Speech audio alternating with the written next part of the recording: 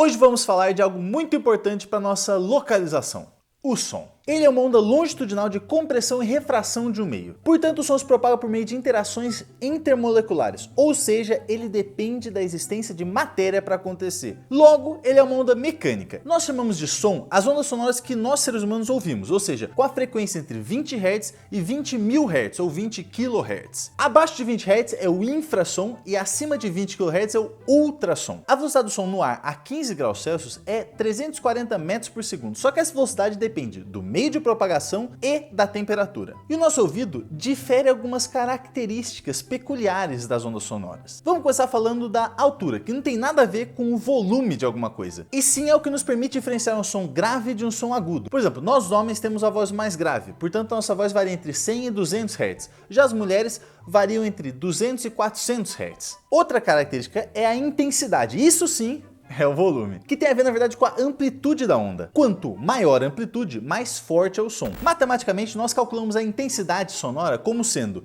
I igual a ΔE sobre A vezes ΔT. Ou seja, a intensidade é a quantidade de energia que passa em uma área em um certo tempo, e é medida em decibel, que equivale a 0,1 bel. Na verdade, isso é só para evitar ficar usando números decimais, certo? Ao invés de usar 3,2 bel, a gente usa 32 decibel. E para encerrar essa parte, vamos falar de timbre, que é basicamente o que diferencia sons de mesma intensidade e mesma altura. Por exemplo, se eu toco a mesma nota lá num violão e num piano, você vai saber na hora de onde veio a nota.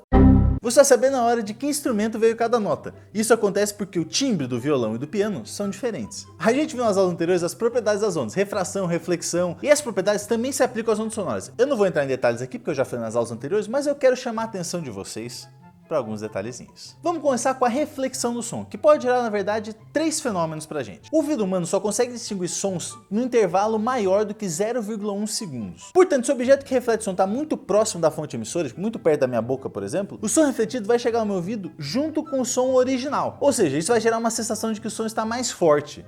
E isso é o reforço. Agora, imagine se o som refletido chegar ao meu ouvido num tempo menor que 0,1 segundos, mas que não seja um tempo desprezível. Isso gera a sensação de um som mais prolongado, e a famosa reverberação. Isso é muito comum nos auditórios, porque facilita bastante a compreensão de quem está ouvindo alguma aula ou uma palestra ali. E o último e mais famoso fenômeno é o eco, que é quando a onda demora mais de 0,1 segundos para chegar no seu ouvido. Agora, o que eu quero chamar a sua atenção aqui é o fenômeno da ressonância, porque esse é importante pra gente. Vamos imaginar um balanço. Para o balanço continuar indo cada vez mais alto, eu vou ter que mudar o ângulo que eu tô aplicando a força, certo? Para que o sentido da força seja sempre igual ao sentido do movimento do balanço. Com isso, a amplitude do movimento vai aumentar cada vez mais. Ou seja, a frequência da força oscilante, nesse caso as minhas mãos, tem que ser igual à frequência natural do objeto, nesse caso o balanço. Assim, o oscilador entra em contato com o oscilante.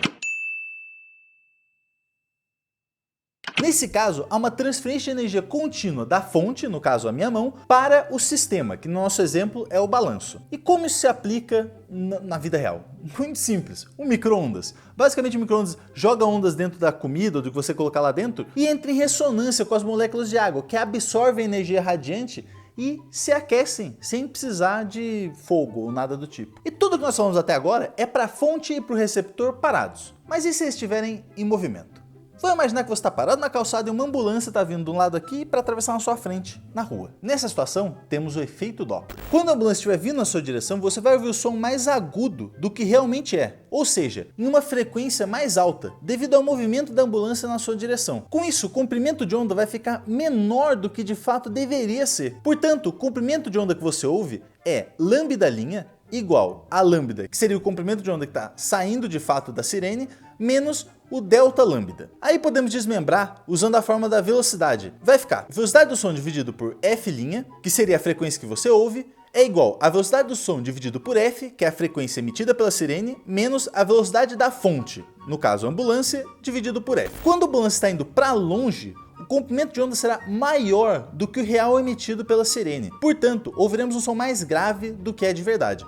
Logo, a nossa formulinha vai ficar lambda' é igual a lambda mais ΔL. Portanto, quando a gente desmembrar, vai ficar igualzinho ao caso anterior, só que ao invés de uma subtração, teremos uma adição. E a perguntinha que eu deixo para vocês é o seguinte: e se você e a ambulância estiverem se movendo? O que vai acontecer? É isso, galera. Espero que tenha ajudado vocês. Eu deixo vocês com um grande beijo, um abraço e eu fui.